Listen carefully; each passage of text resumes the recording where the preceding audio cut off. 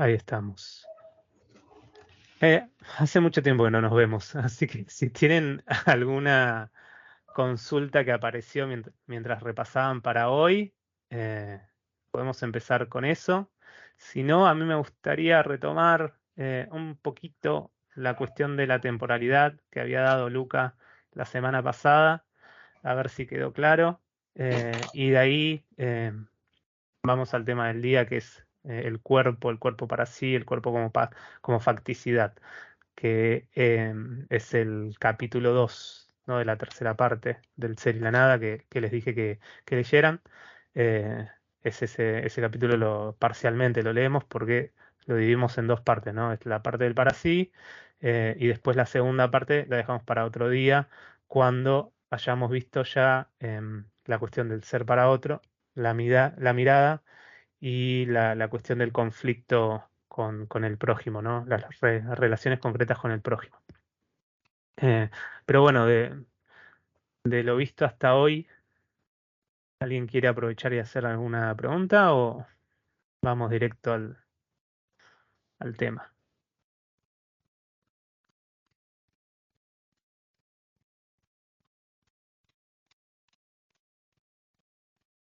Bueno, entonces arrancamos.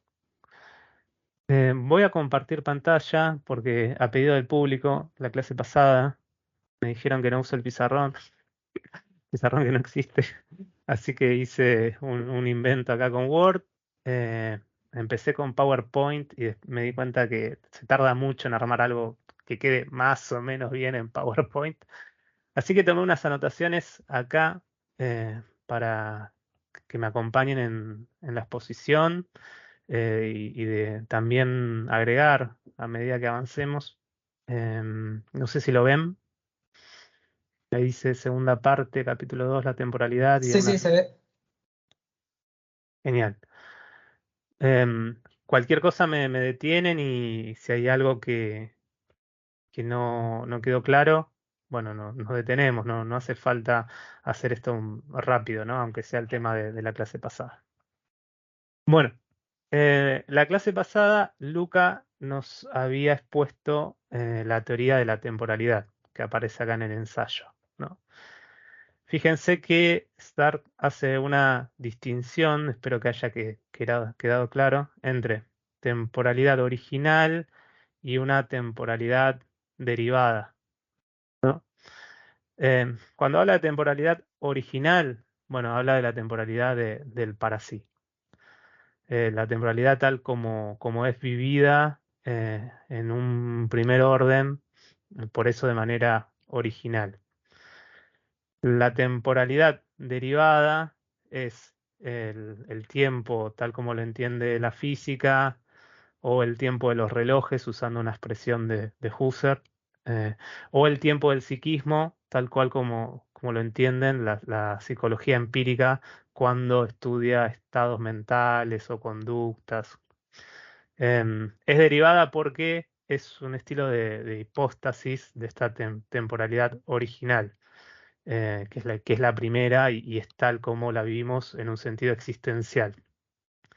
El enfoque, ¿no? que propone Sartre en este capítulo es ver el tiempo desde el punto de vista fenomenológico, hermenéutico y existencial. ¿Qué quiere decir esto, no? Primero, bueno, describir cómo se da el tiempo en tanto fenómeno, en cuanto fenómeno, originalmente.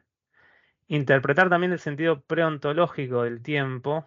Acuérdense que cuando Sartre habla de una comprensión preontológica, tiene que ver con la comprensión de la vida cotidiana, y por eso en este capítulo aparece ejemplos de, bueno, el pasado, nosotros lo relacionamos con tener un pasado, y el ejemplo de Pedro Pablo, que era un ex alumno de una escuela técnica, y cómo ese pasado está relacionado con el presente, con el Pablo actual. Eh, bueno, un poco interpretar, bueno, de cuando se habla del pasado, ¿no? ¿Qué está supuesto ahí? Esa sería la parte hermenéutica, de desentrañar, descifrar el sentido. Y la cuestión existencial, ¿no? El tiempo como es existido, no como es estudiado desde la física o desde la psicología. En ese sentido, bueno, se trata de la temporalidad original.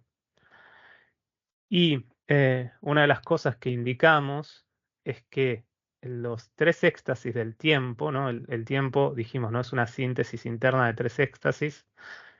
Con síntesis interna, Sartre se refiere a una síntesis que no se puede disgregar y separar en partes que subsistirían de manera independiente o autónoma, sino que siempre están vinculadas y una no se puede entender sin la otra, ¿no?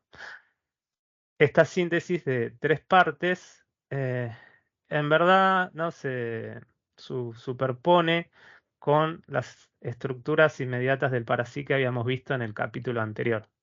Cuando describe el modo de ser del parasí y hace todo el desarrollo de la ipseidad, del coito prerreflexivo, etc., em, bueno, identifica ciertas estructuras. Acá está facticidad, presencia sí, y acá sería al revés, perdón, los posibles y el valor, y ahora las interpreta temporalmente. Y dijimos que, bueno, esto es el mismo movimiento que hace Heidegger cuando después de haber descrito el ser en el mundo, o el cuidado, ¿no? Como la constitución original del Dasein. Después explica que, bueno, los elementos de las estructuras, los existenciarios del cuidado, son temporales y hay que entenderlo temporalmente, ¿no? El ser está relacionado con el tiempo. ¿Vamos bien? ¿Esto queda claro? Me dicen porque no se me achica, o sea, no los veo, así que me hablan o me escriben por el chat si, si me quieren decir algo. Tengo el celu por acá. Bien. Em, bueno, un poquito recuperar eh, el éxtasis del pasado, del presente y del futuro. Luca reconstruyó bastante bien las discusiones con la teoría psicofisiológica de la Justo, huella cerebral. Sí, justo ahí entré. Entré hace un ah, rato y se me reinició toda la PC. Estuve un rato esperando que vuelva a poder entrar. No sé por qué. Pero entré 2 segundos y se reinició todo. colapsó. Sí. ¿Cómo andas? ¿Bien? Bien, bien. Llegué hace poquito. Buenísimo, me alegra. ¿Hiciste un viaje rápido desde Recoleta a tu casa? Lo más que pude, me ganó Tommy. Muy bien, muy bien. Bueno, si querés intervenir, yo estaba recuperando un poquito el tema que habías expuesto vos la clase Dale. pasada. Y bueno, hice algunas anotaciones por pedido del público para tener ahí algo más esquematizado. Bueno, estas discusiones que no vamos a reponer ahora con las teorías psicológicas o psicofisiológicas, con la filosofía de Bergson, con la filosofía de Husserl, em, que para Sartre eran insuficientes, ¿no? Para dar cuenta del pasado, entendido como radicalmente distinto del presente y con cierta eficacia propia, ¿no? En el sentido de, después vamos a entender cómo infesta, ¿no? O cómo asedia al presente. Y principalmente, creo que esto es clave para entender varios de los ejes temáticos del ser y la nada, eh, es abandonar siempre la perspectiva de la representación. Y esto va a pasar también con el cuerpo.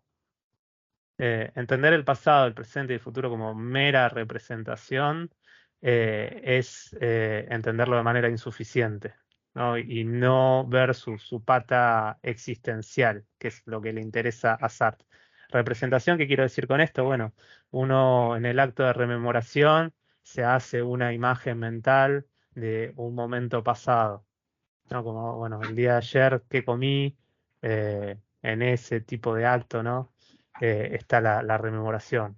O bueno, cuando viene en Proust el recuerdo de la vida infantil, ahora no me acuerdo el nombre del pueblo del protagonista, pero después de comer la magdalena que le da la abuela, no hay un renacer de esas imágenes o esas sensaciones, sentimientos, emociones. Entonces el pasado como revive, ¿no? Y Sartre está en la vereda opuesta de entender, ¿no? Es el pasado como una sensación que renace o una sensación, un recuerdo, una representación que vamos a buscar mentalmente. El pasado tiene un modo de ser distinto al de la representación, aunque después, desde un acto reflexivo o rememorativo, podemos volverlo representación. ¿Cuál es ese modo de ser? Bueno, dijimos que pasado se asocia con facticidad. Bueno, el pasado sería lo que queda trascendido en el acto de nihilización y de proyección del para sí cuando se quiere fundar a sí mismo, ¿no? Em, el pasado es esta plataforma a partir de la cual yo puedo, a través de una empresa, elegir ciertos fines que son mis posibles y no buscar realizarlos. En ese sentido, bueno, el pasado es la facticidad. Y habíamos dicho que la facticidad es esa dimensión del en sí que el para sí acarrea, ¿no? A la saga necesariamente en este acto de nihilización. Eh, y bueno, en este sentido, el pasado es la esencia o sustancia del para sí, ¿no? Lo dice claramente Sartre. Y es algo que eh, tenemos que ser sin posibilidad de no serlo, ¿no? En cada acto donde yo me propongo algo nuevo por hacer, tengo que necesariamente reasumir el pasado, ¿no? Es de donde, por así decirlo, salto, ¿no? No puedo saltar sin una superficie, sin una plataforma. em, y ese pasado, bueno, ¿no? Contiene un montón de elementos. Eh, hoy vamos a ver que en ese pasado está el cuerpo también. El cuerpo como facticidad es ¿no? También el punto de partida donde yo me puedo proyectar. Pero también está, bueno, la identidad que tengo, la raza, la clase social, la nacionalidad, distintas cosas que me pasaron, eventos accidentales o trascendentes en mi vida, etcétera. Em, y de cierta manera, ese pasado, dice Sartre, bueno, yo lo soy sin vivirlo en tanto para sí, ¿no? Es algo, es la parte rocosa del para sí, ¿no? En un momento dice, bueno, si pensamos el para sí como una sirena, hay que imaginar una cola que es la que cae, roza el agua y es la parte petrificada, que también va en constante crecimiento hasta devorarnos, ¿no? O sea, hasta la muerte, que sería el momento donde ya la dimensión de trascendencia, de negación, desaparece y somos lo que somos. Llegamos a la identidad, pero a la identidad del en sí, no la identidad del en sí para sí que busca el valor. ¿Esto se entiende? Estoy hablando chino, pasó muchos días de cuando nos Ujú. vimos, o vamos bien. Para mí va perfecto y con el apoyo además del escrito como que ayuda mucho más también. Parece que se entiende muy bien. Bien, me alegro que esté funcionando el recurso didáctico. A ver, lo puedo agrandar un poquitito más, no sé cómo se les ve a ustedes, pero ahí va. Bueno, me avisan, cualquier cosa como siempre. Em, ¿Qué pasa con el presente? Bueno, habíamos dicho el presente, lo tenemos que identificar con la presencia sí. La presencia sí es el modo en que entendemos el coito prerreflexivo, ¿no? Que toda conciencia de algo, la conciencia de creencia también es creencia de algo y conciencia de creencia. Y ahí hay una separación, una escisión que es ínfima, que es una lámina de nada, que es lo que permite a la conciencia ser testigo de sí misma, o sea, automanifestarse, pero genera una fisura que después no se puede suturar, ¿no? Y bueno, y así mismo lo entiende Sartre el presente en su acepción temporal. ¿no? Este presente, primero, no hay que considerarlo como un instante, si es esta manera, ¿no? Hipostasiada de entender el tiempo. Y acá, de cierta manera, sigue los avances de Berzón, ¿no? De decir, bueno, no hay que entender el tiempo en sentido geométrico o desde como lo entiende la física, de dividirlo en partes discretas, en átomos, sino que es una continuidad interpenetrada de momentos.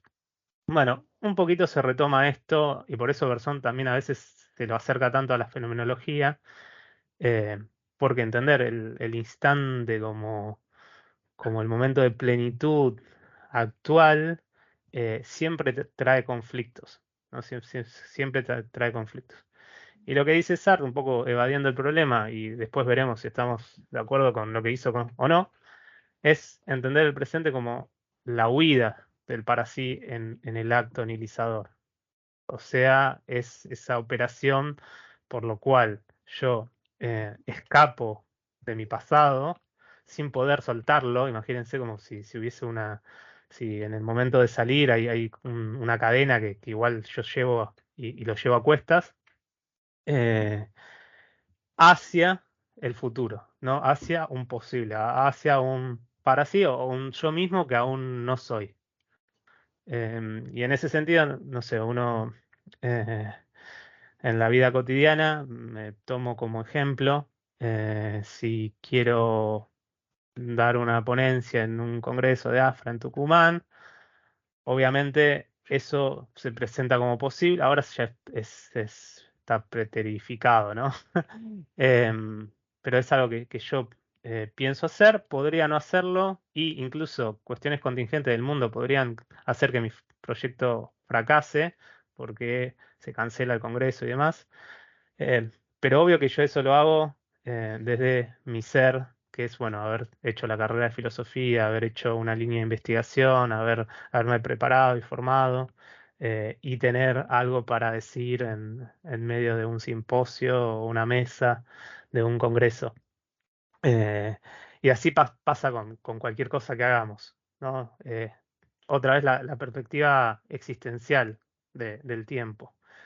Em, lo que sucede es que eso que somos, como dice Sartre, siempre, ¿no? Hay una distancia y tenemos que serlo, ¿no? En estos posibles que vamos armando en el mundo. eh, y bueno, y esos posibles son posibles, valga la redundancia, por la facticidad en la que estoy, por mi situación. ¿Está bien? El presente es un movimiento de constante escape. Por eso también se habla acá de, si lo ven, perpetuo agujero de ser, ¿no? Que se rellena y enseguida, pero vuelve a nacer. eh, y hay, por así decirlo, esto está un poquito más abajo en el futuro, una decepción ontológica constante en el para sí sartreano. Eh, ¿Por qué? Porque, bueno, esta identidad, que es lo que se estaría buscando en este movimiento de huida, saltando al posible del futuro, nunca llega. O sea, está siempre en el horizonte, es realmente horizonte, ¿no? Porque cuando se llega a ese horizonte, de repente nos damos cuenta que hay un más allá de eso. Y eso que quisimos ser, en tanto posible, de repente se nos volvió facticidad, ¿no? Se nos volvió pasado. Esto es bastante interesante si vemos la parte del futuro. em, el futuro jamás se realiza, ¿no? Esto lo puse por acá. Lo cual suena contraintuitivo. ¿Por qué? Porque uno dice, bueno, vos te propusiste hacer un viaje y dar una ponencia. Y finalmente lo hiciste. Eso no sería una forma de realización. No es que estás llegando a esa identidad que estabas buscando, esta sustancialidad. Em, y la respuesta de Sartre, creo yo, ¿no? Es un sí y no. Por un lado, es verdad que eso se vuelve parte de tu esencia. Fede acá diría la identidad que se va construyendo progresivamente. em, pero esa sustancialidad no era lo que uno, por así decirlo, ontológicamente buscaba, que es la propuesta del valor, ¿no? Del en sí para sí. A ver, ahí escribió en el chat. Gastón, ¿vos estás por acá, Gastón? ¿Entraste? Porque Gastón dijo que no podía entrar y eso no lo había visto, pero ahora Cecilia dice, el futuro es futuro solo en el presente. Sí, sí, sí, tal cual, ¿no? Y lo que pasa es que ese futuro cuando sucede se vuelve lo que Sartre llama futuro anterior o futuro pasado, ¿no? Es el Alan que buscaba hacer tal cosa, quería ir y fue a un congreso, em, pero ese fue al congreso ya dejó de ser futuro, ¿no? Es ese posible solidificado y determinado y que deja de ser posible justamente porque ya se definió.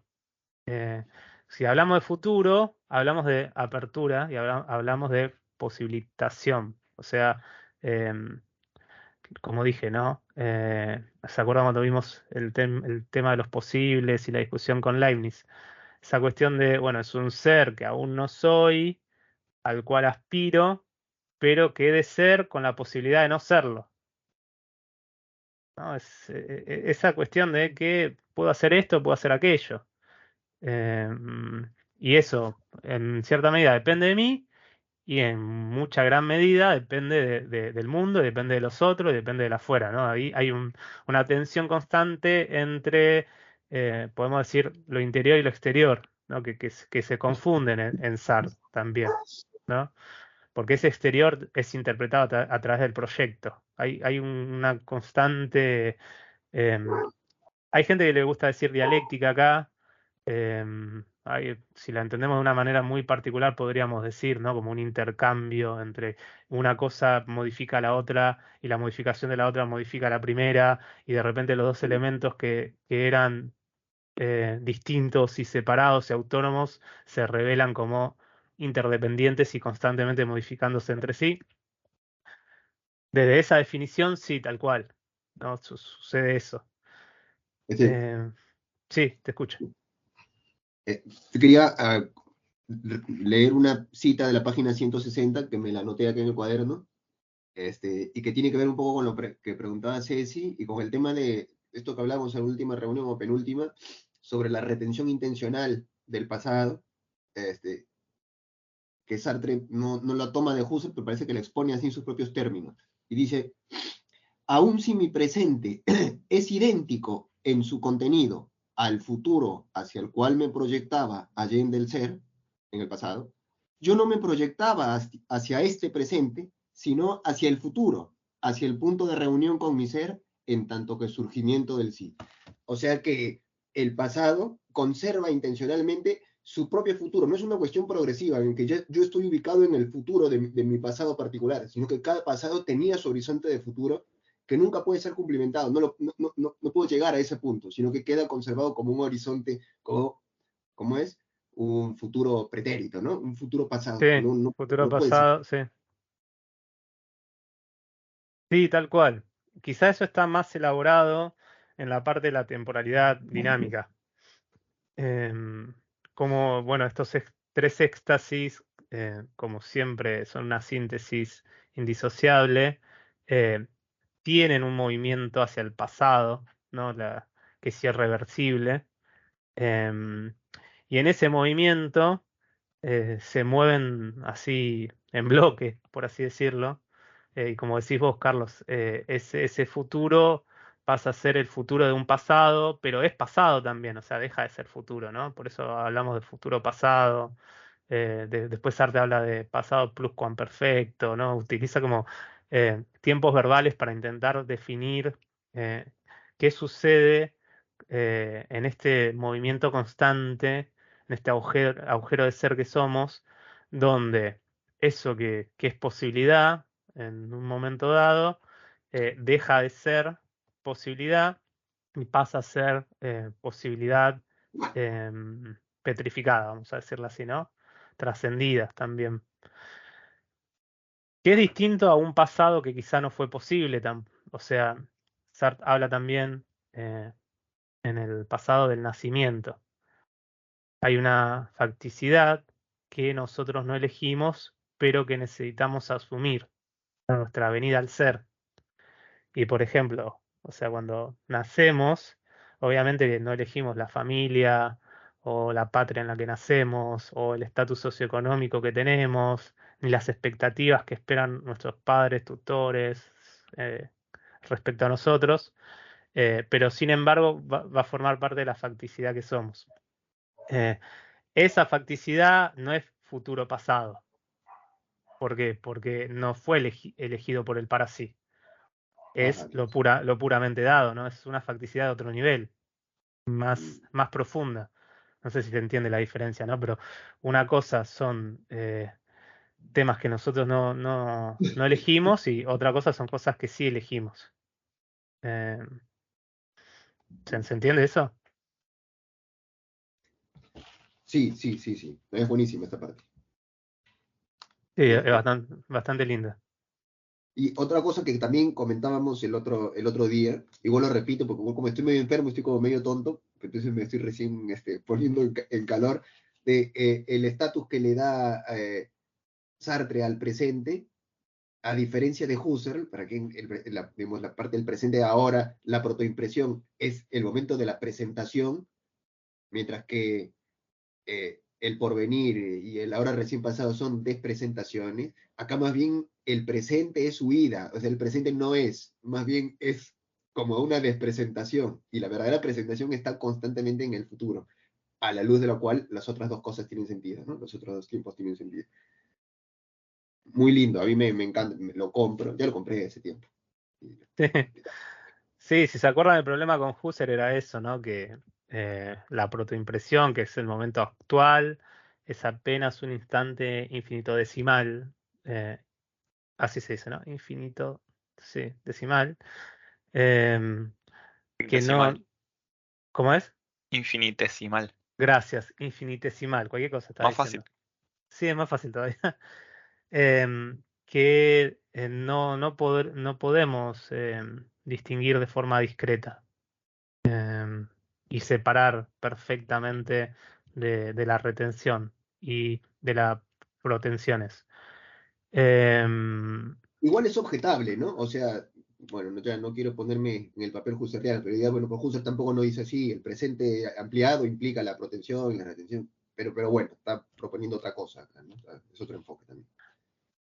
sí, hay otro enfoque acá, sí, tal cual, ¿no?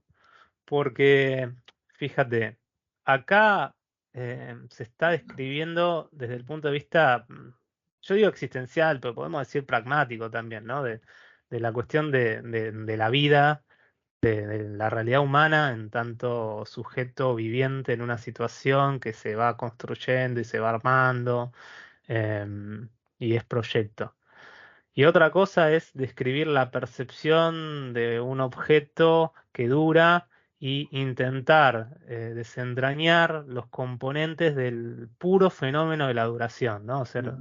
Hacer el ejercicio eidético de Husserl, donde hay, hay también una primacía de la representación, se puede súper discutir esto, ¿no? Porque Husserl, digamos, no es representacionista, pero igual el enfoque de, bueno, la percepción del objeto que dura, la melodía, es empezar esta investigación del tiempo por un lado, y Sartre, más del lado de Heidegger, lo toma desde, bueno, el existente humano existiendo, ¿no? En el mundo, el ser en el mundo.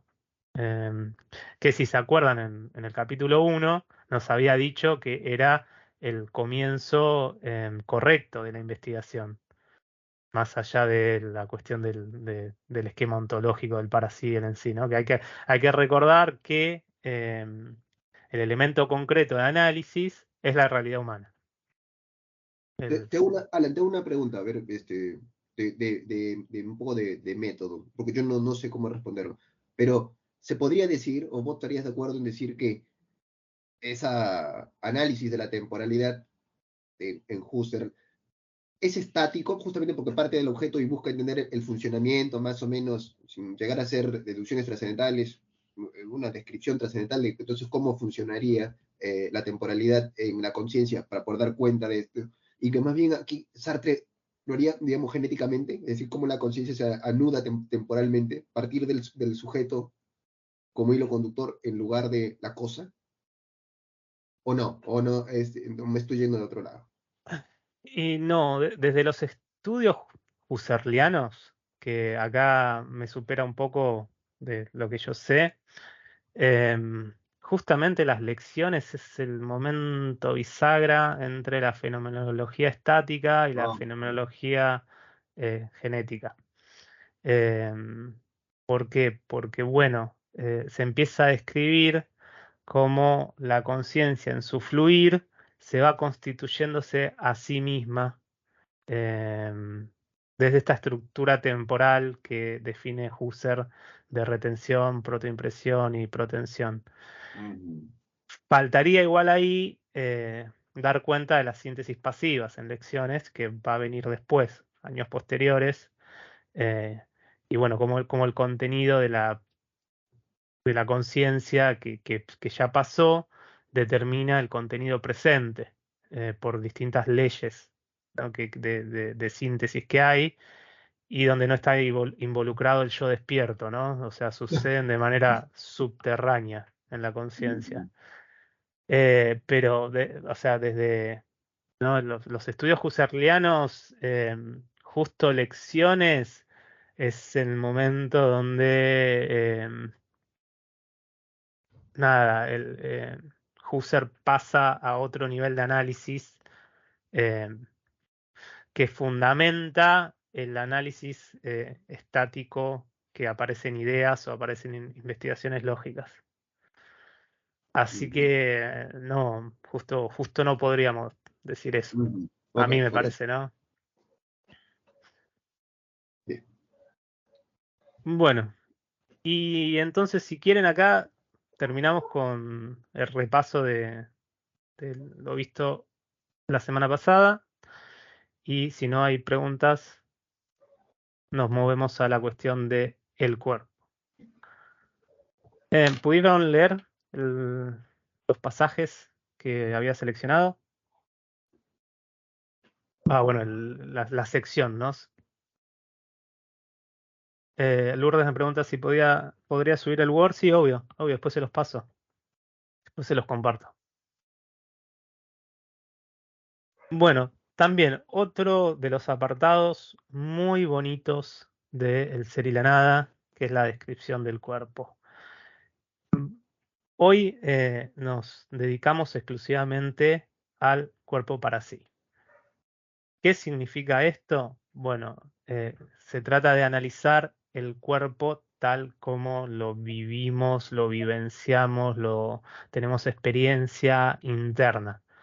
Lo que quizá en tradiciones de filosofía de la mente se habla de la experiencia en primera persona, en contraposición a una experiencia de tercera persona, ¿no? Como visto desde afuera.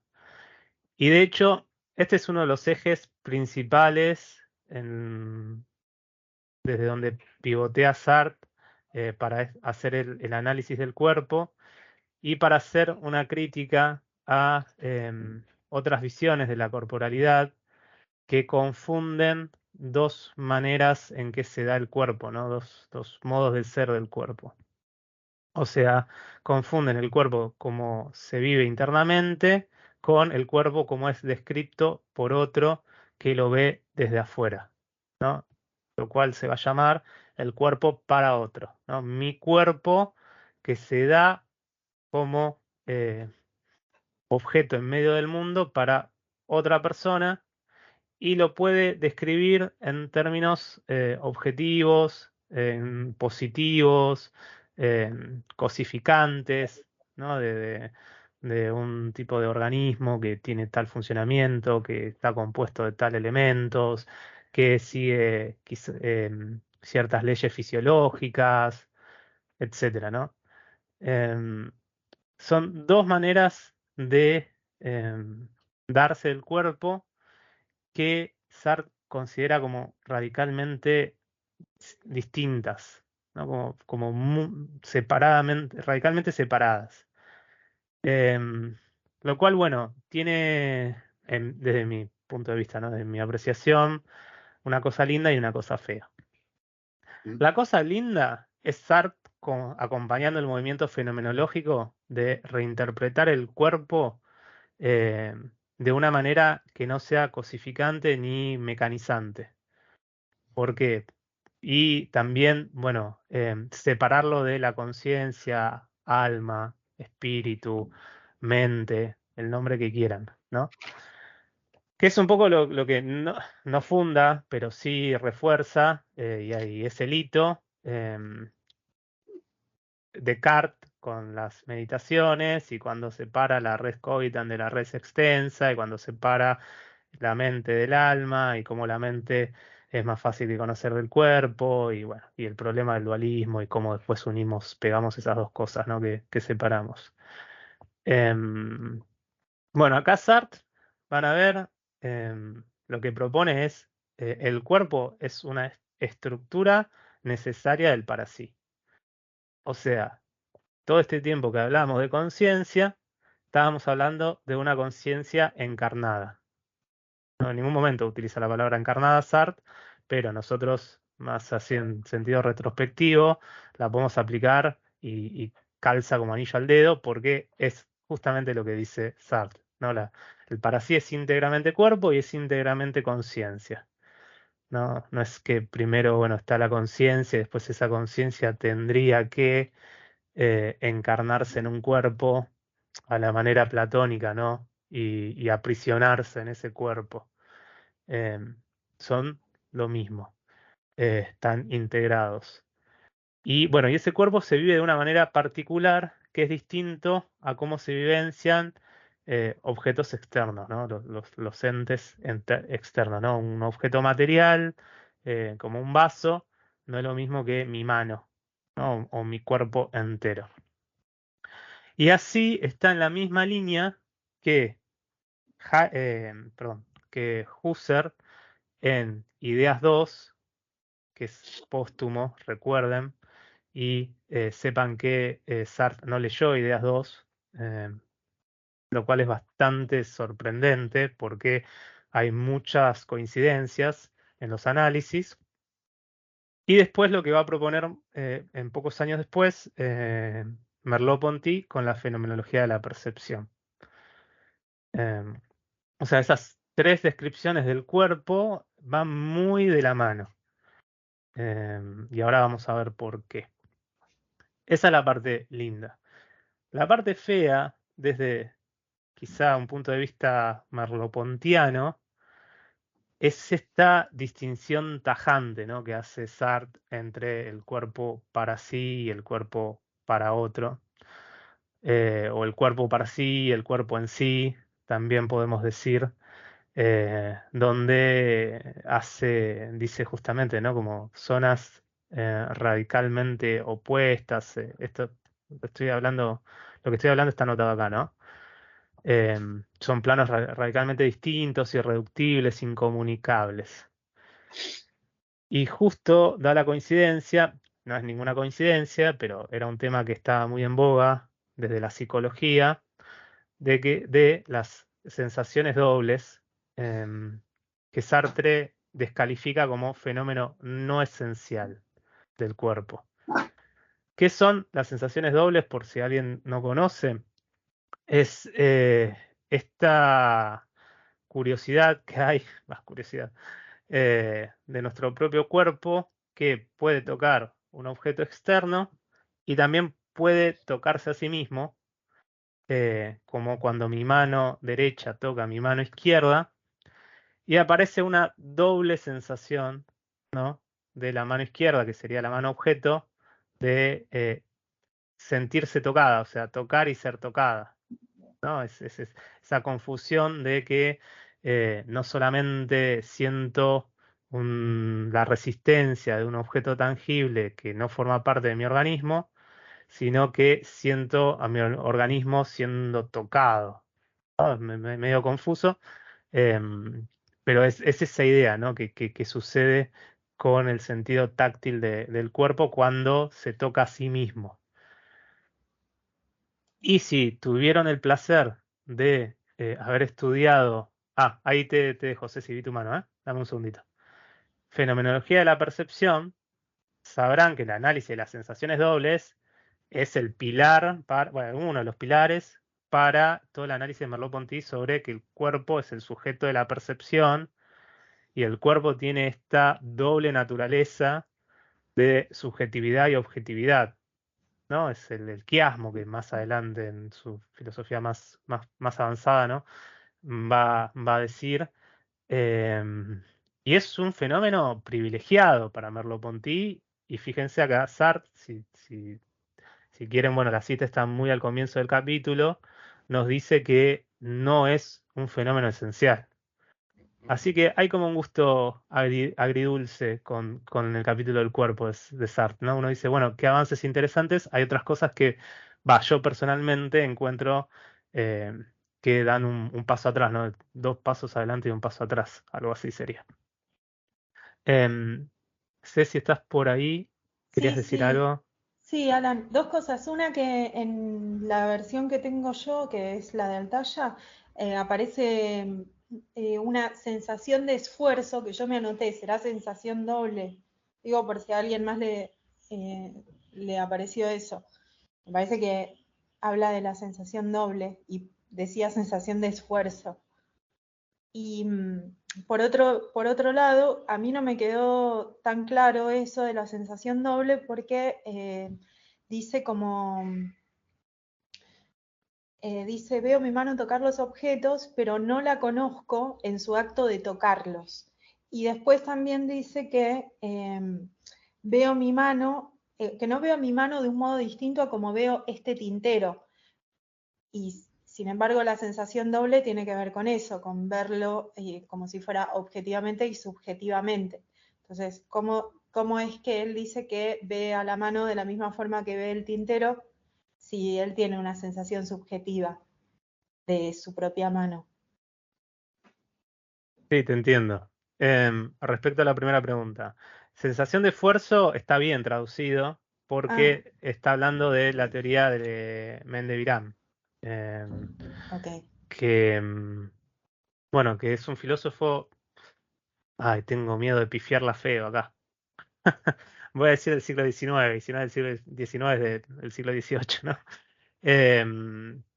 Pero hace todo francés, ¿no? Espero que sea francés, ahora tengo mucho miedo de equivocarme en esto, no soy conocedor de Mendevirán, pero en fenomenología se lo considera importante por haber descrito la constitución del yo a partir de la sensación de esfuerzo del cuerpo, que es esta cuestión de cuando nosotros tenemos que hacer algo como empujar una heladera y conseguir la lapicera que se nos cayó atrás, em, esa sensación de esfuerzo, que es la resistencia que pone el objeto, pero como contracara está el esfuerzo del cuerpo.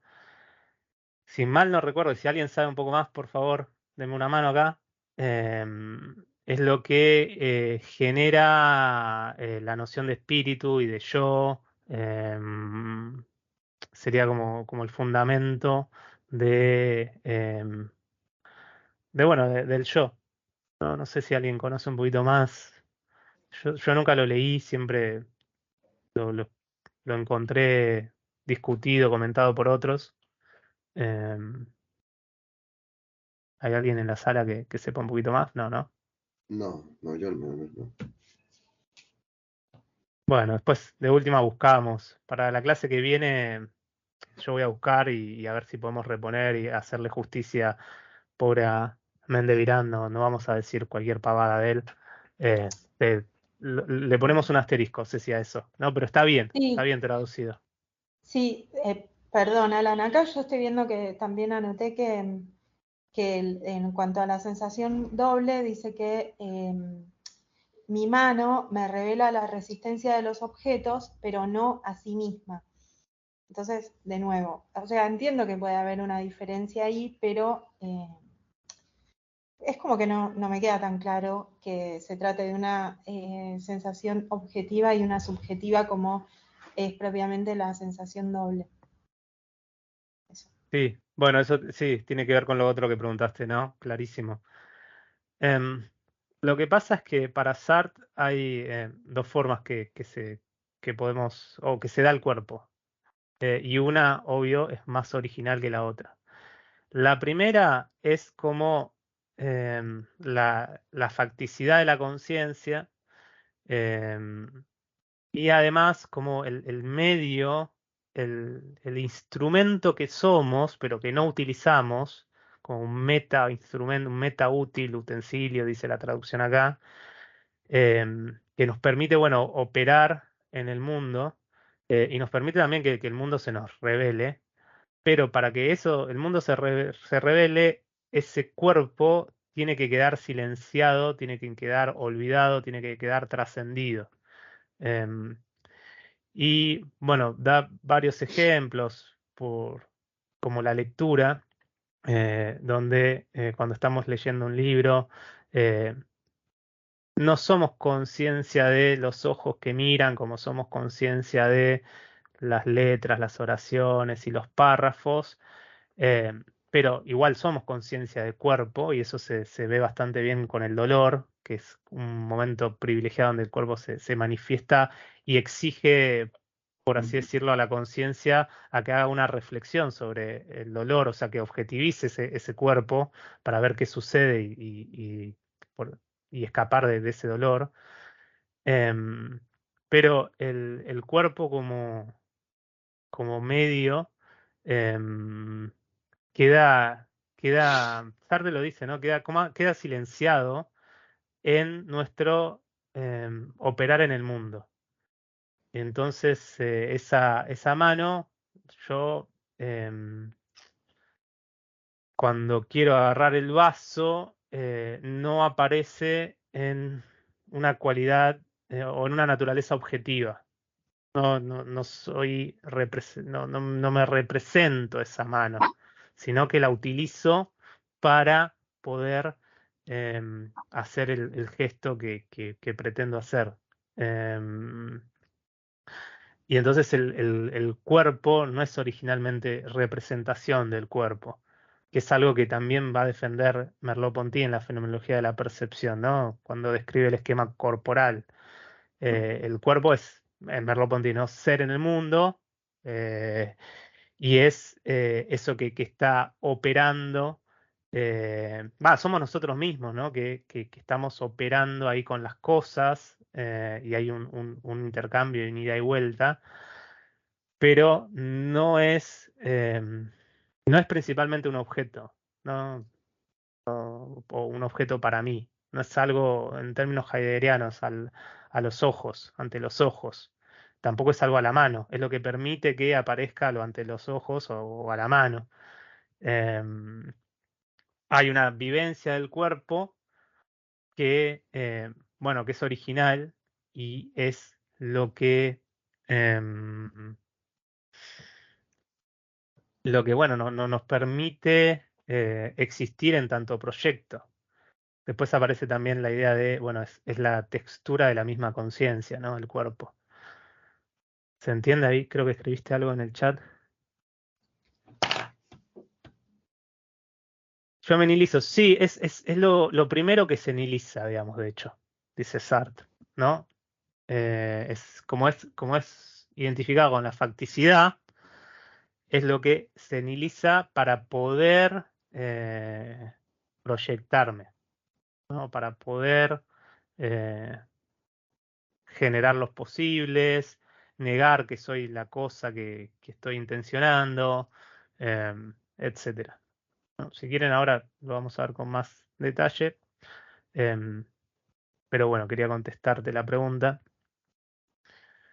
Vuelvo en el orden, ¿no? Estaba diciendo el cuerpo es estructura necesaria del para sí, no hay que partir de una separación, ¿no? de mente y cuerpo, y si esta separación existe es porque tradicionalmente se ha confundido el cuerpo para sí con el cuerpo visto por los otros, o sea, considerado externamente como un mero objeto en medio del mundo. Si la visión se explica a partir del sistema óptico del órgano ocular, es porque una persona, uno piensa, bueno, un médico, un científico, científica, médica, hizo desde un estudio anatómico la disección y vio todos los componentes y vio cómo, esto voy a inventar un poco, ¿no? Pero como en la retina la imagen está invertida, entonces como en el cerebro después todo vemos como si estuviese derecho. Bueno, todas esas descripciones son posteriores en el orden fenomenológico de lo que se da primero a una conciencia. Yo primero vivo mi cuerpo como cuerpo para sí, y ese cuerpo para sí no es el cuerpo de la anatomía, ¿no? Acá volvemos a un cuerpo que también pasa a estar en el plano de lo inefable, ¿no? Es ese- es eso que yo nilizo. Ahora habría que ver, porque no es lo mismo ni la nilización de una cosa, de un esto particular, con la nilización del cuerpo. ¿Por qué? Porque el cuerpo es centro de operaciones, ¿no? También de la persona, ¿no? Es lo que me permite el yo puedo, como dice Husserl. Em, pero bueno, ese cuerpo se me da, y lo que es bastante interesante en Sartre es que ese cuerpo no se reduce a un lugar puntual, tiene un centro igual, pero es coextensivo con todo el mundo, con el mundo entero. ¿Por qué? Porque el cuerpo es el orden del mundo. El mundo se me da orientado. ¿Qué quiere decir? Tiene ciertas coordenadas con lo que me está cerca, lo que está lejos, arriba, abajo, derecha, izquierda, em, lo que puedo utilizar y lo que me es inaccesible, ¿no? Ese mundo, el mundo tal cual como se me da, el mundo del mundo de la vida, no es idéntico al mundo de la geometría o el mundo de la física, ¿no? A ese tipo de espacio, donde no hay una orientación, ¿no? Sino que todo elemento es equivalente en el plano, ¿no? Em, Sin embargo, el mundo siempre se me da orientado a un centro, ¿no? Que está siempre indicado, pero nunca se da como objeto, que es el cuerpo. Entonces Sartre dice, bueno, el cuerpo es ese orden que tiene el mundo, eh, y que es un orden que también es práctico. ¿Por qué? Porque las cosas se me dan a la luz del proyecto, eh, y, bueno, son, dice, promesas de futuro. O sea, yo veo el vaso y lo que puedo hacer o no puedo hacer con el vaso, ¿no? O con el libro, o con la computadora, con la calle, con un auto, con una persona incluso, ¿no? Esas cosas tienen un valor práctico y están configuradas de manera odológica. Este es un término que toma de un psicólogo que es Levin. Odos significa camino, entonces el mundo siempre está trazado eh, en el sentido de un mapa de qué puedo hacer y qué no, y también, bueno, jerarquizado, ¿no? Entre las cosas que me son posibles, como em, ir a Tucumán o ir a la Luna, ¿no? Que, que- ¿Qué puedo hacer con los útiles que tengo a mano? Em, ¿Se entiende? Vamos bien. Ahora leo lo de arriba, pero estaríamos por acá, Es como ¿no? que está marcando una diferencia entre lo que es el cuerpo para mí y lo que es el cuerpo como para otro. ¿Es así? O Sí, sea, tal el cual. cuerpo como objeto y el cuerpo como conciencia, o sea, como, sí, como conciencia. Sí, tal cual, tal cual. El cuerpo para otro, bueno, implica haber atravesado la mirada del otro, lo vamos a ver la clase que viene, que es un proceso de alienación que sufre la conciencia de manera externa, em, que hace que, bueno, exista una dimensión nuestra objetiva, pero esa dimensión nuestra objetiva, en un primer plano no nos es accesible, lo cual es criticable también, porque uno puede pensar que la imagen del cuerpo quizá no se necesita de otra persona para construirla, una persona que no sé, que me describa, ¿no? Cómo soy, sino yo tomando mi cuerpo como objeto, ¿no? Y analizándolo y haciéndome una imagen, eh, también podría, ¿no? Llegar a un estilo, ¿no? De representación corporal. Limitado, obviamente, ¿no? Porque creo que también la cuestión está con el sentido de la vista, la imposibilidad de ver al ojo que ve, o la imposibilidad de ver la visión misma, ¿no? La visión es lo que permite que las cosas se hagan visibles, ¿no? Como la idea del bien de Platón. Eh, pero en sí misma no se puede dar como ente en medio del mundo. Si se me da, y uno dice, bueno, estos ojos que están acá, que veo en el espejo, es porque, dice Sartre, estoy viendo otra cosa que los ojos para sí o la visión para sí. No es que son dos cosas distintas, ¿no? No es que, porque obviamente, ¿no? Esta referencia del mundo hacia un cuerpo es un cuerpo que también es un objeto, es un ser en el mundo, o sea, forma parte del mundo y en ese sentido puede ser destructible. Eh, destructible, ¿no? O sea, alguien me puede dejar ciego, ¿no? Me tira ácido a los ojos y se acabó, yo no veo más, destruyendo esos objetos que eran mis ojos. Em, pero la cuestión es que en cómo se vive internamente el cuerpo, en la conciencia primaria, donde estamos trascendiendo, estamos saliendo al mundo, como decía en el texto de la intencionalidad, eh, no es lo mismo que ver los ojos en un espejo, en una fotografía, en un dibujo. Es algo distinto, dice Sartre. Claro. Es parecido a ese fragmentito de fenomenología de la percepción, donde Merlo dice, solo capto mi mirada cuando caminando por la calle de improviso veo un espejo en la luna de un coche. En un segundo puedo ver mi mirada como justamente para sí, pero cuando me fijo ya veo justamente los globos oculares o lo que fuese. Claro. Y donde también más yo veo que se nota, lo que quiere decir es en que yo puedo percibir, o sea, yo puedo percibir todo el universo invertido y eso no va a significar nada. Ahora, para que yo tenga una conciencia de mi cuerpo como objeto, siempre lo tengo que relacionar con algo. Y ahí puede estar, los objetos pueden estar derechos o invertidos, pero siempre son con relación a algo. ¿Está bien Sí, lo que digo? Sí, sí, claro. sí, sí, sí. Y bueno, como la conciencia es éxtasis, ya habíamos dicho, esta salida de sí, incluso si es conciencia encarnada, también es esta salida del cuerpo, ¿no? El cuerpo es lo que permite que yo pueda ver,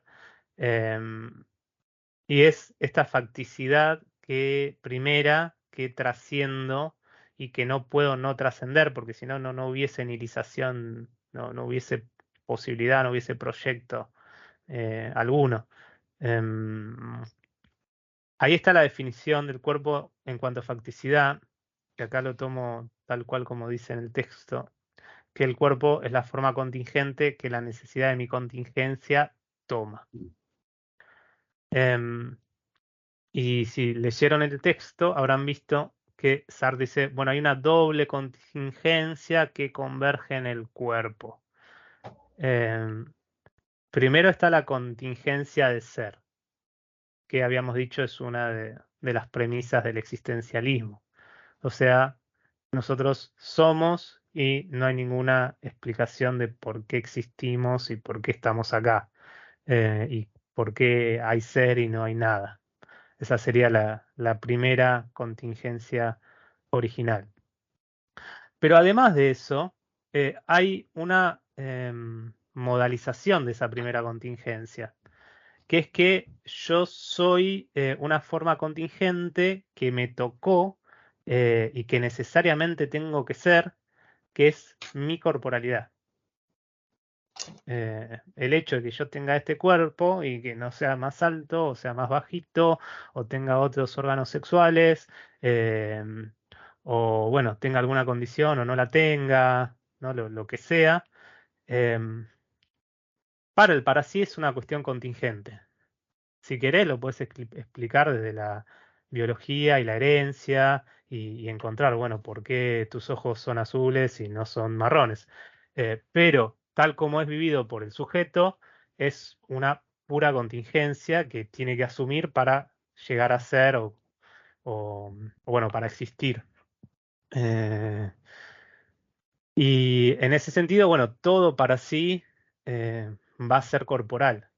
No todo para sí va a tener esta situación, ¿no? El cuerpo es la individuación del compromiso que tiene el para sí con el en sí, eh, y por eso y ese compromiso es irrompible, ¿no? Porque no se podría ser para sí sin este cuerpo que tiene esta doble dimensión de en sí para sí. Em, Tanto es lo que el origen de la anilización como la sustancia, ¿no? Como el cuerpo es también mi pasado. Em, y ahí aparece la cuestión de, bueno, si hay que describir al cuerpo de cierta manera, se podría decir que el cuerpo es lo trascendido, lo descuidado, lo silenciado. Es la primera anilización del para sí en busca de su fundamento de ser. Y en ese momento Sartre dice, eh, es análogo a lo que sucede con el signo. ¿Cómo es eso? Si lo pensamos en términos saussurianos, si se acuerdan, vieron que el signo está compuesto de dos elementos, ¿no? El significante y el significado. Em, y el significante es los fonemas, por ejemplo, que constituyen una palabra, ¿no? El sonido, que está asociado a, vamos a decir, una idea, ¿no? Y un concepto. Em, por ejemplo, bueno, los sonidos que forman la palabra árbol nos llevan a la idea de árbol. Eso, bueno, resumiendo muy bruto, Saussure, y sin hablar de la cuestión holística y relacional que está en el concepto de signo saussuriano. Pero cuando dice signo, acá, Sartre, podemos pensar en el significante. Nosotros tenemos la palabra árbol, que nos remite a la idea de árbol, pero que nosotros la trascendemos hacia esa representación o esa idea. Eh, o sea, la configuración sonora de la palabra árbol queda en un segundo plano, queda obviada, para que nosotros podamos ir a la idea que se quiere comunicar.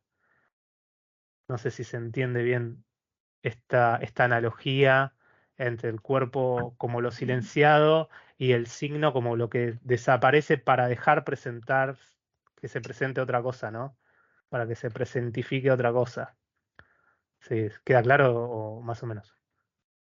Yo no lo capté, perdón. Yo tampoco lo capté con el ejemplo, pero sí capté lo que querés decir, que lo dijiste ahora lo último, Alan. Perdón. Sí, a ver, imaginen que estamos escuchando hablar a alguien con un idioma que no conocemos. Por ejemplo, para mí es el chino mandarín.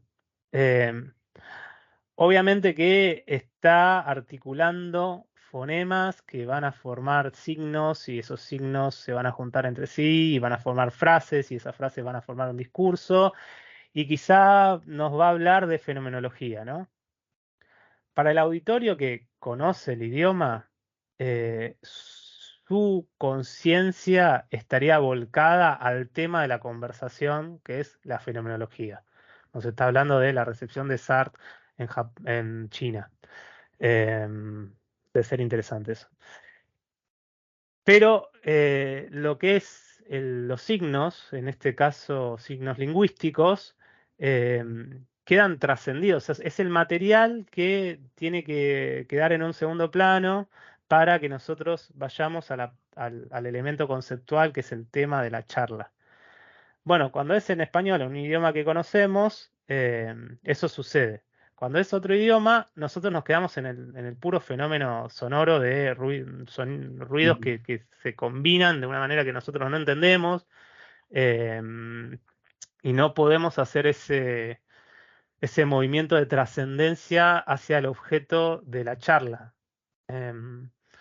Por eso dice Sartre, el signo queda olvidado en la comunicación lingüística.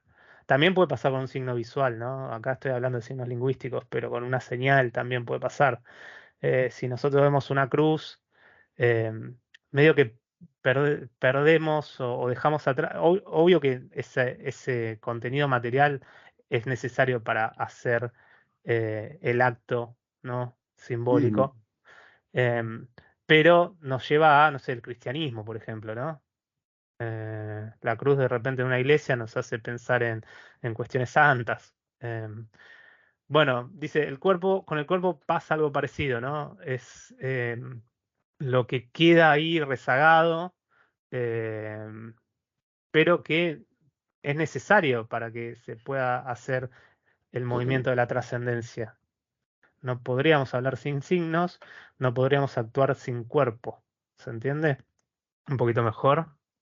Sí, sí, sí, sí, sí, sí. Es polémico. La comparación es polémica, ¿no? La analogía. Pero bueno, remite, está utilizada para esto, ¿no? Para mostrar cómo el cuerpo es lo trascendido, descuidado y silenciado. ¿Está bien? Ujú, ujú, ujú. Y por último, el cuerpo es definido acá en este capítulo para sí como la afectividad original de la conciencia, ¿no? La textura también dice misma de la conciencia. O sea, la conciencia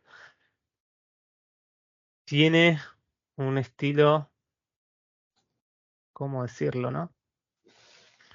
Es un estilo de sabor.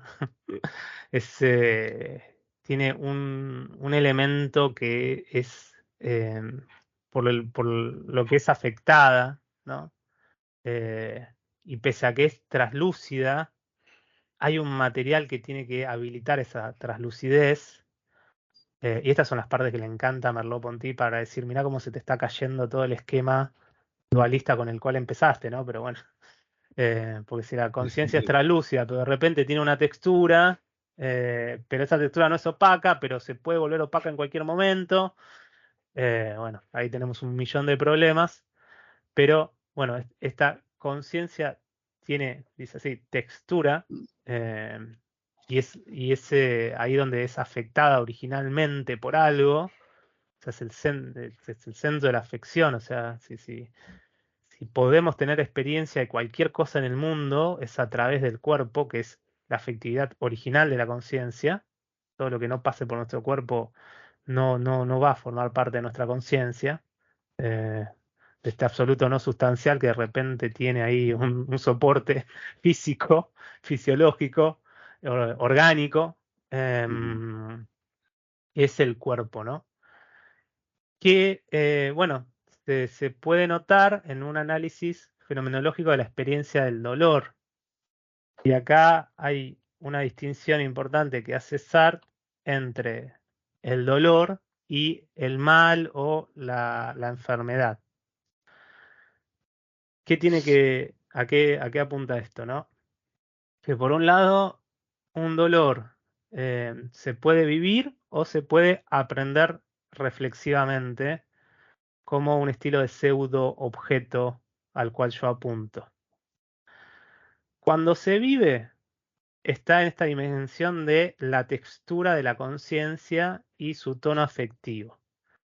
¿Qué pasa? La conciencia, como siempre, está proyectada, está saliendo de sí y está ocupada en el mundo, ¿no? Por ejemplo, cuando está leyendo.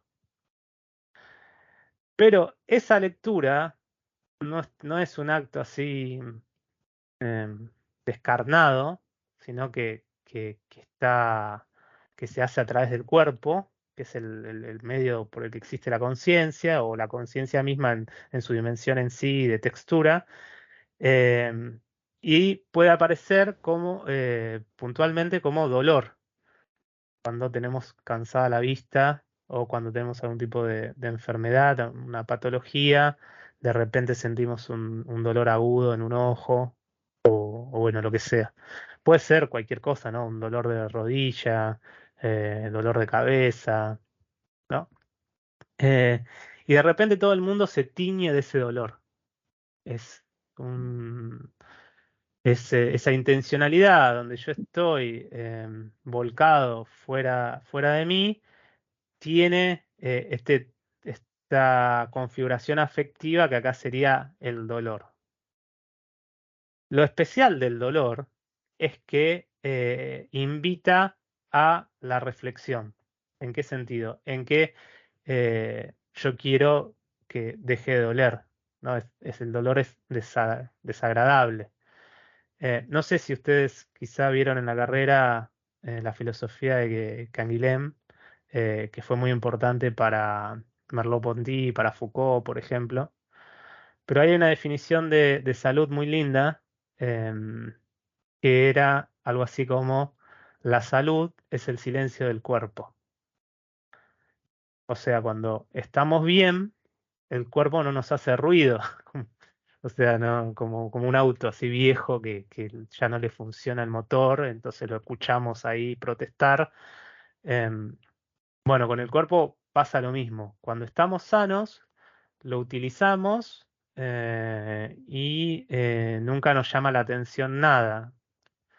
No sé, mis rodillas ahora, yo no soy consciente de mis rodillas, ¿no? Simplemente están ahí, apoyados en el piso, ayudándome a mantener la postura sentado. Si yo me hubiese lastimado, quizá, jugando al fútbol, y está toda hinchada, y tengo un esguince, una fractura o lo que sea, bueno, estaría constantemente quizá pensando en mi pierna o tendría una motivación afectiva constante para pensar, a ver, me tomo algo, le pongo hielo, pido consulta al traumatólogo. em, es esta cuestión de que este dolor vuelve visible, destaca el cuerpo que era vivido para sí y solicita que sea tomado como que sea tomado como en su dimensión de objeto para ver cómo poder alivianar ese dolor, ¿no? Curar ese. Y en ese momento, cuando yo considero el dolor de manera reflexiva, ese dolor se vuelve un mal, se vuelve un estado psíquico también, eh, que yo puedo distinguir en sus distintos momentos, que perdura, que cada vivencia de dolor es, dice Sartre, como una nota que compone esa melodía de la enfermedad, y ahí la semana que viene, cuando venga Paula, nos va a hablar de esas metáforas, porque ella trabajó mucho eh, esta propuesta de Sartre de entender la enfermedad como una melodía, y la distinción entre la vivencia afectiva del dolor y la aprehensión reflexiva del dolor como enfermedad o como mal, em, que son dos maneras distintas que remiten a lo mismo, porque ahí estaría yo volcándome al cuerpo objeto, el cuerpo para otro. Y obviamente que todo lo que haga yo con ese cuerpo tiene un...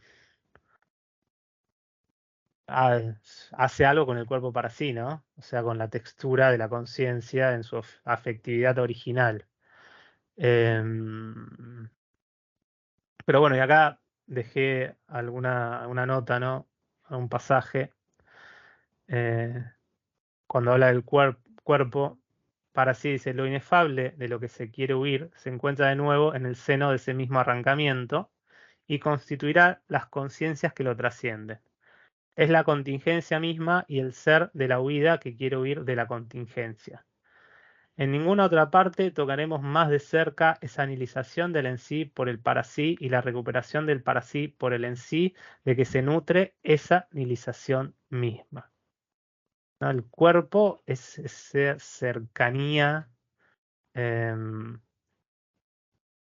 más próxima, la más próxima de todas, de este acto de nihilización del para sí, que es el surgimiento del para sí, y dónde está esta huida a esa contingencia, ¿no? Porque este dolor, obviamente que yo lo trasciendo en mi empresa de querer leer, terminar de leer el libro, el ensayo que estoy estudiando para ir a clase y escuchar la lección del profe. Ese dolor no es dolor en sí, ¿no? No es dolor idéntico a sí mismo, ¿no? Es un dolor que ya está atravesado eh, por la ipseidad y en ese sentido, ¿no? Es los tres éxtasis de pasado, presente y futuro. Em, pero bueno, en el acto de querer captar este cuerpo reflexivo, no, aparece el cuerpo como objeto, o mejor dicho, pseudo objeto. eh, y aparece el objeto, aparece el cuerpo como, como dimensión del psiquismo, dice Sartre, ¿no? Porque este cuerpo que yo intento aprender no es pura materia, eh, sino que es la conciencia cuando se capta a sí misma e hipostasiada en el objeto psíquico del yo y yo encarnado, yo cuerpo como soporte de dolores, de estados, de emociones, de afectos, de cualidades, de acciones, em, no como instrumento que se utilizaría para eso, pero desde una visión, desde un punto de vista externo, ¿no? Esto es quizá un poquito difícil de entender o de seguir a Sartre. Y nosotros todavía no dijimos nada de la reflexión impura o la reflexión cómplice, que son dos sinónimos. Eh, pero bueno, hay una posibilidad del para sí de querer entenderse simplemente como objeto en sí del mundo, y en ese acto inaugura lo que es el objeto del ego, del yo. Eh, ese acto es la reflexión pura o reflexión cómplice. Y esa reflexión no solamente aparece en una introspección que surge por motivos meramente intelectuales, por así decirlo, eh, sino que también aparece con respecto al cuerpo, acá en el contexto de un dolor que se quiere evitar, eh, y así el cuerpo como objeto para mí es objeto psíquico, ¿no? Em, es un objeto que no, no es, inaugura toda una nueva dimensión que es el psiquismo, ¿no? Que es algo, es trascendente, es virtual, pero es otra instancia distinta al cogito prerreflexivo, a la conciencia primera, a la ipseidad para sí, ¿no? Es este intento de eh, captarse en el modo del en sí, eh, Y en ese sentido también se puede entender el cuerpo como una máquina con sus leyes causales, que hace que el dolor provenga de tal causa anterior, y intentar eliminar esa causa para que desaparezca el dolor. Pero bueno, eso sería una instancia posterior y secundaria de cómo vivimos nuestro propio cuerpo. Alan, Sí. yo te quiero preguntar, no sé si por ahí lo estoy no sé, como poniéndolo muy fácil, pero lo que yo entiendo es como que si uno toma conciencia del cuerpo ya lo está objetivizando. En cambio, si uno no, o sea, en relación al dolor, uno siente dolor y es una afección psíquica, pero en cuanto quiere ponerse a pensar que es el cuerpo lo que está sintiendo, ya el cuerpo se convierte en objeto para otro. Sí, a ver, está la conciencia irreflexiva del cuerpo y está la conciencia reflexiva. Sí. Si tomamos ser consciente de como conciencia reflexiva, sí, uno lo objetiviza y Claro. termina siendo una cosa, ¿no? Una cosa con cualidades bastante especiales, no como cualquier cosa, ¿no? Porque es una cosa que tiene sensaciones, que esas sensaciones tendrían que ser mías, que tiene movimiento y ese movimiento está ejecutado por mí. Bueno, distintas cuestiones, ¿no? Y es un objeto que, no sé, ahora se me vino a la cabeza Ideas 2, ¿no? Ese objeto que no cambia, ¿no? Que está constantemente acompañando eh, cualquier acto de la conciencia. Pero, pero sí, ese movimiento reflexivo lo vuelve necesariamente objeto, eh, y lo capta en otra de sus dimensiones, que Sartre dice es secundaria, ¿no? O sea, no es original. No quiere decir que es accidental, eso. O sea, es necesario también que aprender el cuerpo como objeto en la vida del para sí. Pero en tanto para sí, cuerpo para sí, em, se vive de otra manera, ¿no? Se vive como la facticidad que se trasciende y queda la saga, como el orden del mundo, em, como la afectividad original, que es la textura misma de la conciencia, etcétera. A mí se me acaba de ocurrir preguntar, y me da un poco miedo que suene medio cartesiano, pero, este, o sea, si, por donde dice Sartre, hay un cuerpo para sí, en el sentido de, vamos a decirle, conciencia corpórea, prereflexiva del cuerpo, y una conciencia reflexiva que toma el cuerpo como cosa, digamos, para ver por qué es que duele, cómo es que lo trato, digamos, yo creo que la respuesta es no, pero parece que hubiesen dos registros en el que puedo tener conciencia pre-reflexiva de la conciencia, pero reflexiva respecto al cuerpo, y conciencia reflexiva de la conciencia, pero pre-reflexiva respecto al cuerpo, cuando pienso en una cuestión teórica. Como que no sé si me dejo entender o es muy tonto lo que estoy diciendo. Es No, como no, que está funcionan dos buena la registros. pregunta. Sí, está buena la pregunta. Y creo que, no sé, si es por cómo los pone Sartre o la dificultad de reconstruirlo, también caemos en ciertas trampas discursivas, porque de repente estamos hablando como de dos cuerpos, y en verdad no son dos cuerpos distintos, es el mismo cuerpo en dos dimensiones distintas. Eh, y eso Sartre lo deja claro. Claro. Lo cual, si fuesen dos cosas, sería como que estamos haciendo una disociación y ya nos tratarían de locos, ¿no? Em, la cuestión de, bueno, se puede ser conciencia reflexiva de la conciencia y conciencia reflexiva del cuerpo, sonaría raro desde el axioma que partimos, que es que el para sí es íntegramente conciencia, es íntegramente cuerpo.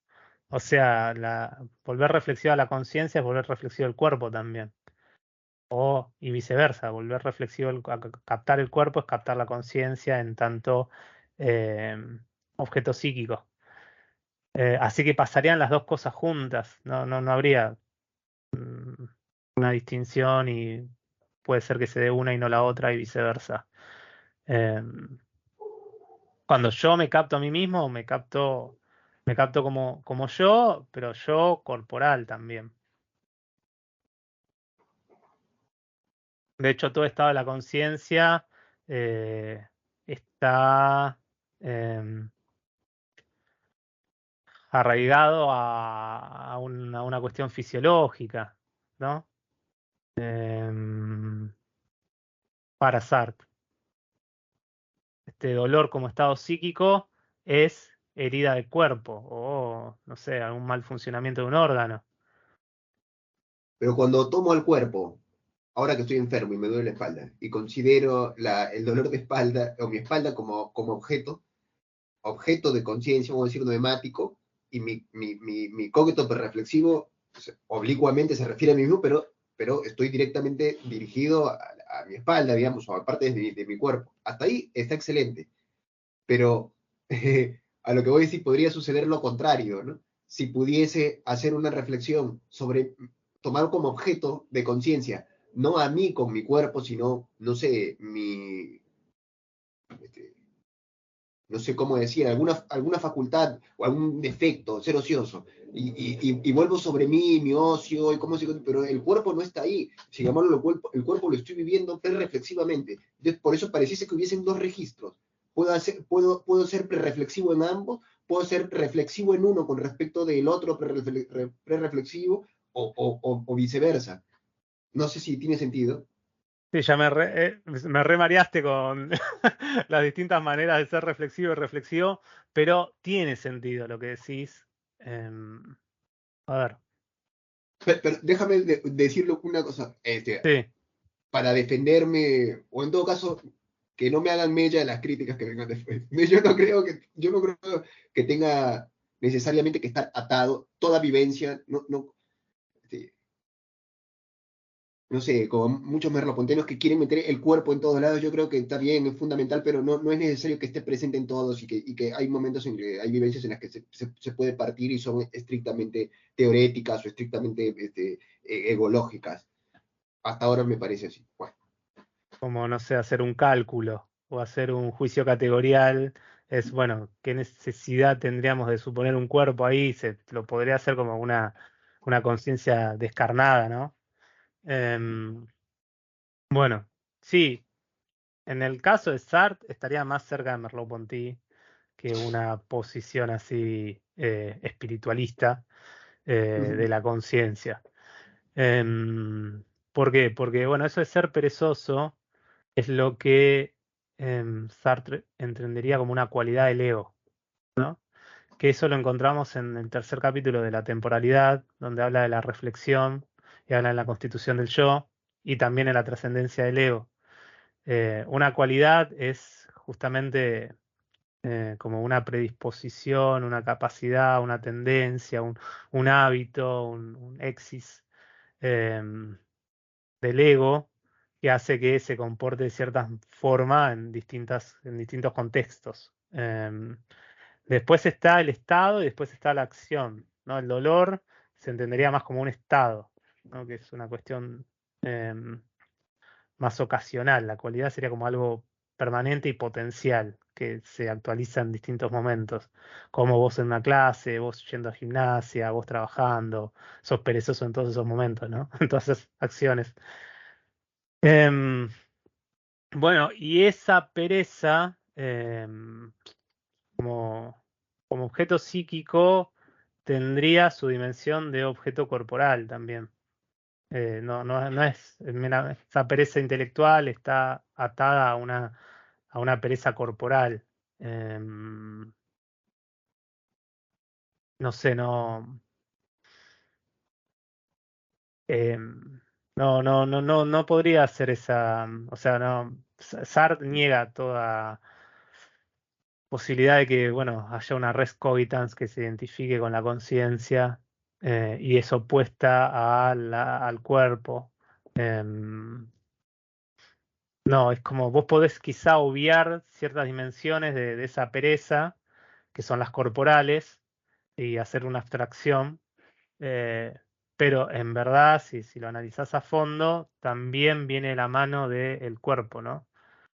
Pero Y, en el y- momento en el momento que se hace la reflexión sobre la pereza o lo que fuese, ocurre un poco lo que dice Sartre acá en el cuerpo para sí, está silenciado, está como el signo que desaparece o sea que no es un objeto tético, no es objeto de tesis, y sin embargo estoy reflexionando sobre algo, y ese algo, en ese algo no está el cuerpo, o en todo caso está, pero mandado al fondo, como percepción marginal. Bueno, pero está, ¿no? Bueno, está bien.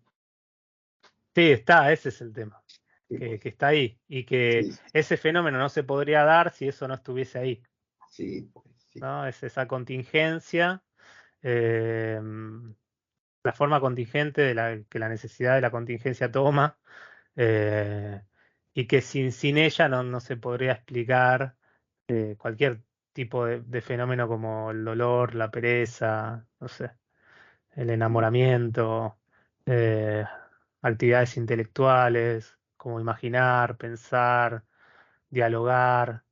em, Hay una pata acá muy cerca de Merleau-Ponty, eh, que lamentablemente muchos merleau-pontianos obvian y dejan pasar, eh, pero, si leyeron el texto, van a encontrar ahí las citas donde queda clarísimo, ¿no? Es raro que aparezca recién acá el cuerpo. O sea, ya cuánto venimos, la mitad del texto, y pocas veces se habló de la dimensión corporal, del para sí. O sea, en el capítulo de la nada, en el capítulo de la temporalidad, ¿quién recuerda alguna mención de eso? Y de repente, ¡pah!, nos tira acá de golpe. La conciencia es íntegramente, ¿no? Cuerpo. El para sí es íntegramente cuerpo y es íntegramente conciencia. Em, bueno, nada, hay que concederle a Sartre este buen atino de meter estas aclaraciones acá. Em, y entender, bueno, lo que venía diciendo antes de la situación del parásito, de la realidad humana, en su dimensión corporal, ¿no? El cuerpo es el compromiso del parásito con su situación. Es eso que lo ata a la tierra del en sí. Eso que no lo deja volando como una cosa etérea. Eso. Que lo envisca. Y que después lo puede enviscar, ¿no? La traslucidez de repente se empieza a volver algo así pegajoso, ¿no? Que después aparece más adelante en la obra. Em, pero bueno, no sé, ¿alguien quiere decir algo? ¿Preguntas? No sé qué tal gustó este capítulo.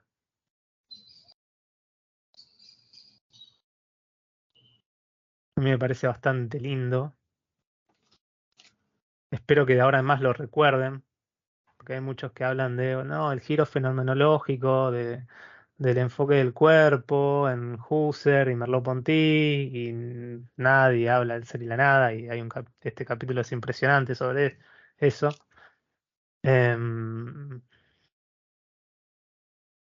pero bueno, si nadie quiere agregar algún bocado, vamos terminando.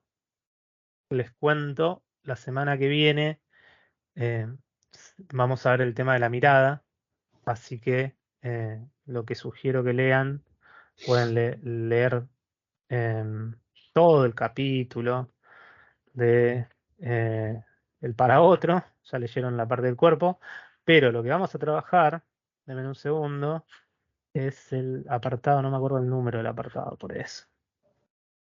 Esto empieza así, ¿no? Capítulo 1, la existencia del prójimo. El problema, el escollo del solipsismo, y si mal no recuerdo, ya ahí Husserl, Hegel y Heidegger, y apartado 4, la mirada. Denme un segundo, que llego. Ahí está. En Altaya es página 281. Nosotros vamos a trabajar con el apartado este. 4, la mirada, ¿no? De principio a fin. Si quieren, pueden arrancar desde antes, desde el problema, el escollo del solipsismo y Husserl, Heidegger y Hegel. Pero bueno, es un montón de texto eso. Ya con el capítulo de la mirada es suficiente y es largo. Pero es uno de los más lindos, es uno de los hits, como he dicho, del ser y la nada. Así que disfrútenlo, empiecen por ahí y después amplíen. ¿Está bien? Perfecto. O sea, el cuerpo para otro lo vamos a ver después. Lo vamos a ver después, Ok, habiendo visto la mirada. perfecto. Bien. Bueno, entonces dejamos por hoy. Gracias por venir. Nos vemos la semana que viene.